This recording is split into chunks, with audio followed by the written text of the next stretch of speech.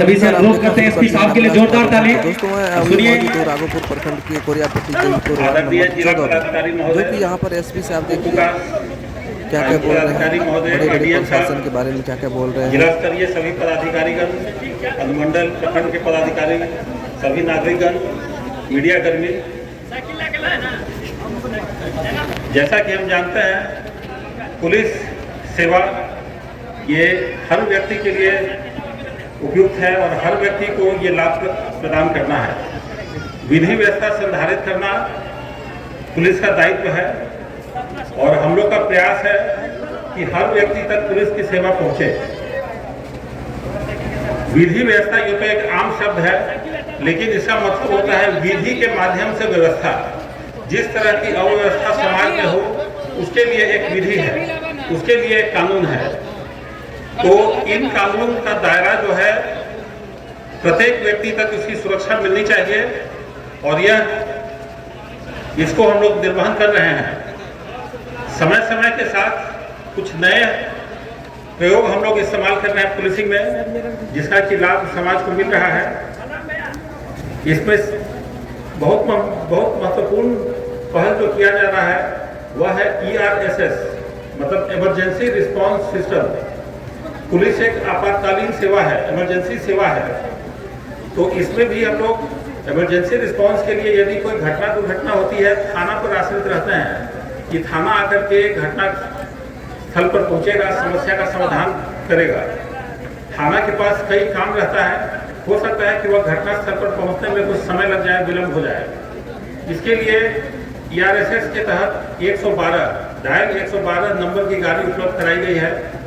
प्रथम चरण में सुपौल जिले में 5 गाड़ियां उपलब्ध कराई गई है। 112 आप कहीं पर भी है, आपत्ति में है, विपत्ति में है, 112 डायल कीजिए, वह नंबर पटना चला जाएगा और आपके मोबाइल के लोकेशन से सबसे नजदीक जो 112 की जो गाड़ी होगी उसको सूचित किया जाएगा और वह गाड़ी तत्काल घटना स्थल पर पहुंचेगी और आपके साथ जो भी घटना दुर्घटना हुआ है उसको अटेंड करेगी, आपको सेवा प्रदान करेगी।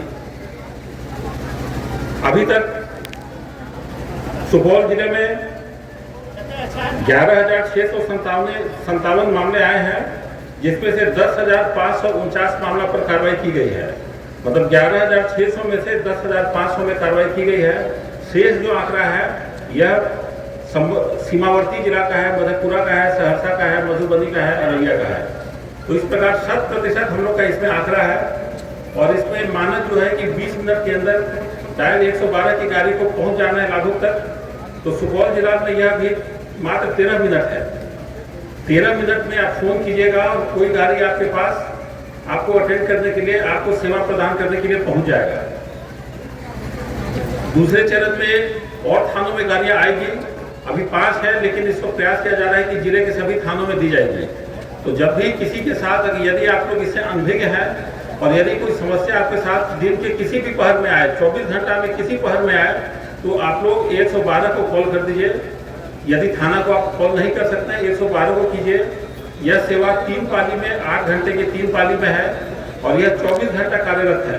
24 घंटा 112 की गाड़ी आपको रोड पर दिखाई देगी और आपके सेवा में तुरंत पहुंच जाएगी। आप लोग इस सेवा को इस्तेमाल करने में डरे नहीं, संकोच न हो कि ये पुलिस का नंबर है, हम इसे 112 डायल करेंगे। आप लोग निर्भीक होकर किसी भी समस्या में 112 डायल करें। डरने की बात नहीं है, संकोच करने की बात नहीं है।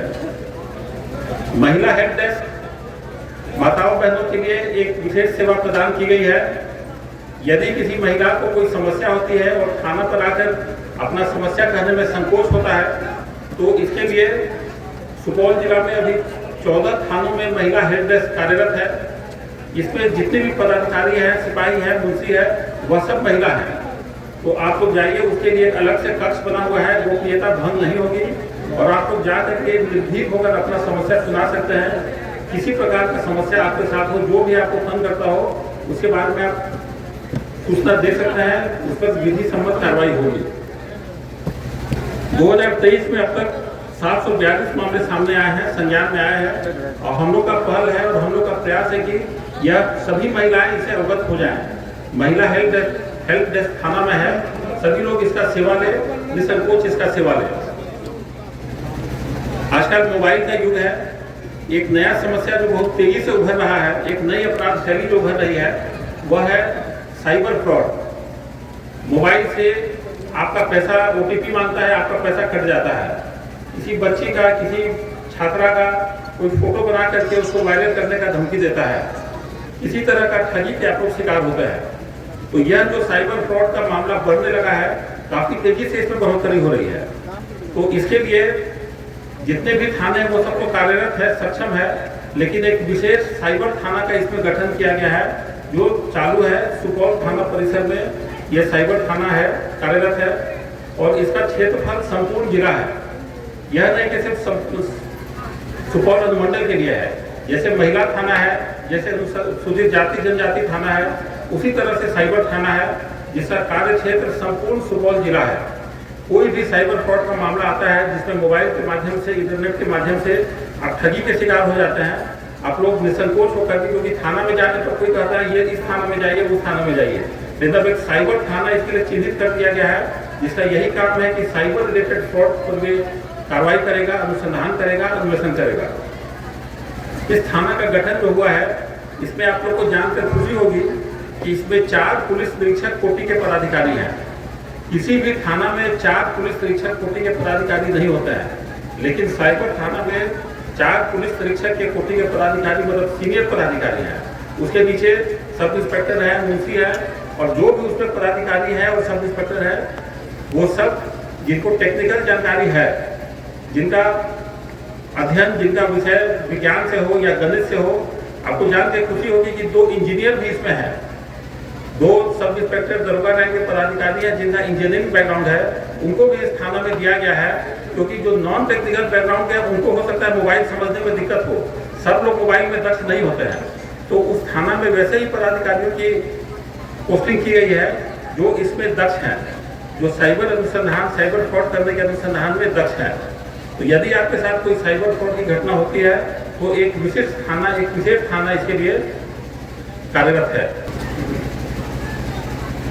थाना पर दिनों दिन बोझ काफी बढ़ रहा है। इसका कार्य क्षमता जो है 24 घंटे सक्रिय रहती है। इसमें जो छोटी छोटी आवश्यकताओं है थाना का, जिस पर ध्यान देने की जरूरत है, और कभी कभी वो थानेदार द्वारा हो सकता है कि उस पर ध्यान नहीं दे पाए, इसके लिए थाना मैनेजर का पोस्टिंग किया गया है सभी थानों में। थाना मैनेजर का काम है कि थाना को चलाने के लिए जो भी आवश्यकताएं हो, उस आवश्यकता को वो मुस्तैदी से वहां पर रखे, एकदम चालू अवस्था में रखे। जैसे थाना में जितनी भी गाड़ियां हैं, वो सब गाड़ी में तेल हमेशा रहना चाहिए, रेडी, एकदम इस्तेमाल के लिए। हमें अब ये कोई सूचना मिले तो यह न हो कि अब जा रहा है पेट्रोल पंप गाड़ी तेल भरवा। थाना मैनेजर का काम है कि वह स्टेशनरी, जैसे कोई अगर कागज है, कार्बन है, यह शिकायत पहले मिलती थी, कोई केस करने गया तो उसे बोला जाता था एक ताव लेके आओ, एक हिस्सा लेके आओ, ये सब गलत परिपाटी थी। तो अब उसका यह भी काम है थाना मैनेजर का कि वह देखे कि थाना के सरिस्ता में पर्याप्त कागज है, कलम है, कार्बन है, FIR जिनको करना है उनको कोई दिक्कत न हो। थाना की गाड़ी 24 घंटा तैयार अवस्था में है। गश्ती जो निकलने का समय है, तो कभी कभी गश्ती पार्टी निकलने में देर कर देता है। तो थाना मैनेजर का काम है कि वह सुबह में ही जब ड्यूटी बढ़ती है सभी को बता दे कि आज आपका दिवा गश्ती है, आज आपका संध्या गश्ती है, आज आपका रात्रि गश्ती है, और वह ससमय उसकी जवाबदेही है कि वह गश्ती को निकाल देगा। तो ये छोटी मोटी बातें जो थानाध्यक्ष द्वारा कभी कभी अनदेखी हो सकती होगी, वह सब न हो, इसके लिए थाना मैनेजर का पोस्टिंग किया गया है, और बहुत सुचारू रूप से सभी थानों में यह दिया गया है, और इससे थाना के कार्यकलाप में काफी अंतर आया है। इससे यह है कि त्वरित गति से कार्रवाई होती है। इसके अलावा एक अपर थानाध्यक्ष का पद सृजित किया गया है। थाना में 2 भाग होते हैं, एक विधि व्यवस्था इकाई, 2 इकाई है, विधि व्यवस्था इकाई और अनुसंधान इकाई। दोनों इकाई के लिए पदाधिकारी जो पदस्थापित होते हैं उनको चिन्हित करके दिया जाता है, और दोनों में अपर थानाध्यक्ष होते हैं। अपर थानाध्यक्ष का मतलब है कि यदि थानाध्यक्ष थाना में नहीं है, यदि वह गश्ती गया है, यदि वह कोर्ट गवाही में गया है, या किसी अन्य कारण से वे थाना परिसर में उपलब्ध नहीं है, और उस समय कोई फरियादी आता है, तो उसको यह न सुनने को मिले कि बड़ा वो आएंगे तब इस पर कार्रवाई होगी। यह इस तरह का वाकया आपको सुनने को नहीं मिलेगा।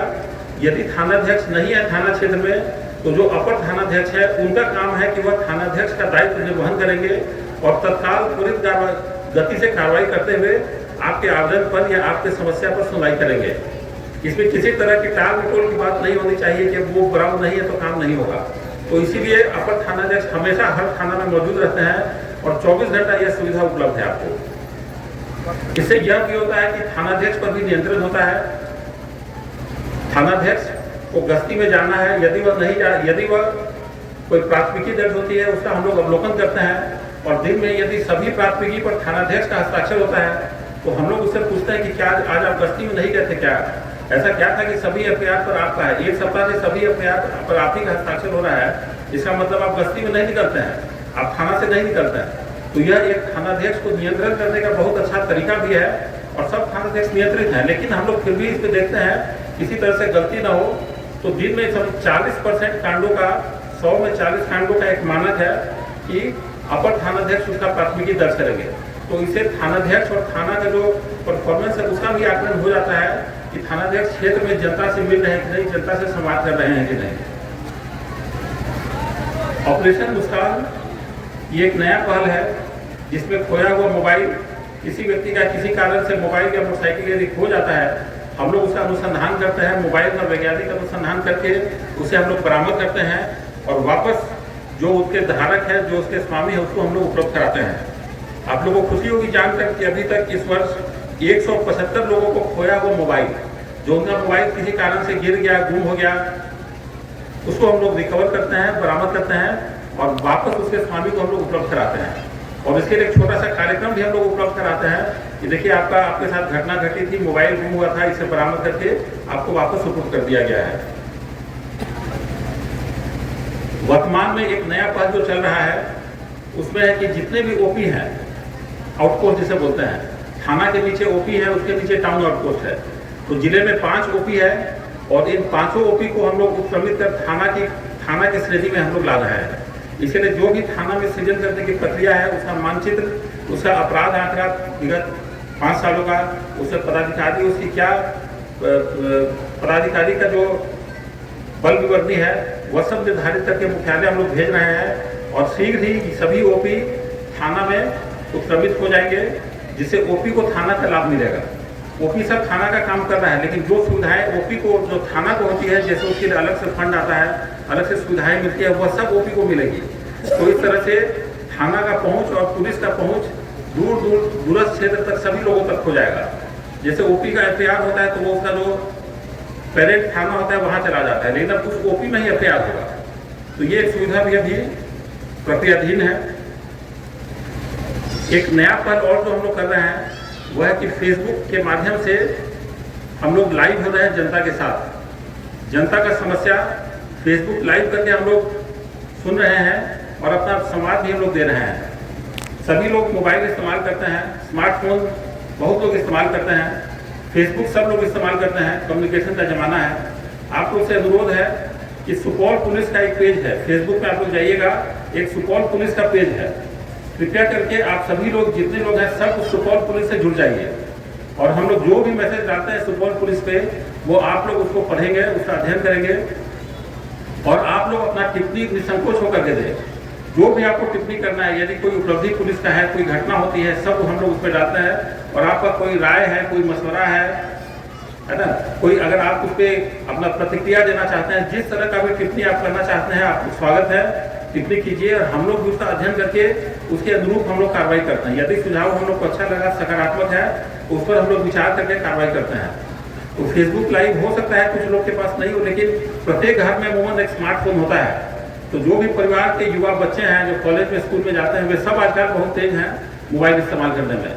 तो उन सब से मोबाइल में सुपौल पुलिस का जो पेज है फेसबुक में सभी लोग कृपया करके जुड़ जाएं और इस बात को प्रचारित और प्रसारित करें कि आपने मित्र मंडली जो भी है, हम लोग यहाँ जनता दरबार में जो भी पब्लिक आता है तो पहले उसको फेसबुक में जुड़वाते हैं, सुपौल पुलिस में जुड़वाते हैं, उसके बाद मिलते हैं और उसका समस्या हम लोग सुनते हैं। तो मकसद यह है कि सुपौल पुलिस का जो कार्यकलाप है, कार्य क्षेत्र है, प्रत्येक व्यक्ति तक पहुँचे।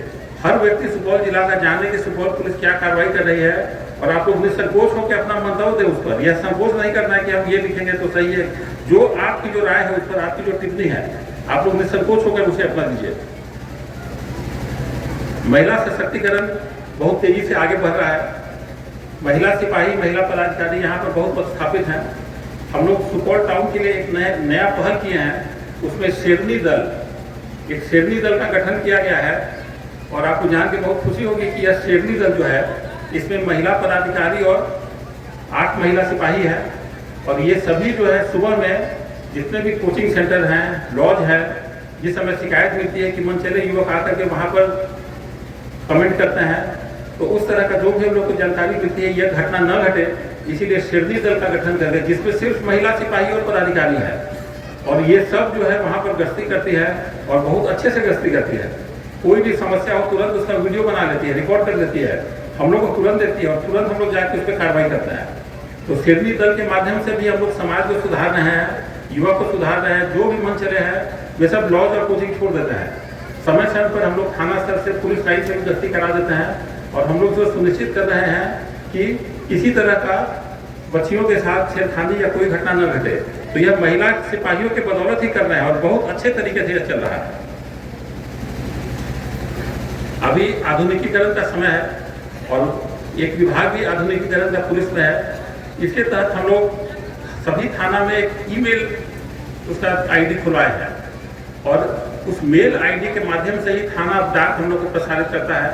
पहले थाना का डाक एक चौकीदार या पदाधिकारी या सिपाही लेके जाता था, तो अनायास जो एक चौकीदार या हमेशा दिन भर, यदि 25 थाना है तो 25, 30, 40 चौकीदार रोड पर रहते थे डाक धोने में। उसका उपयोग हम लोग अच्छे तरीके से क्षेत्र में ले रहे हैं और अब ईमेल के माध्यम से हम लोग प्रयास करें कि सभी डाक जो हम लोग का पत्राचार हो, थाना को यदि मुख्यालय भेजता है, हम लोग को मुख्यालय भेजता है, तो वह ईमेल के माध्यम से जाए।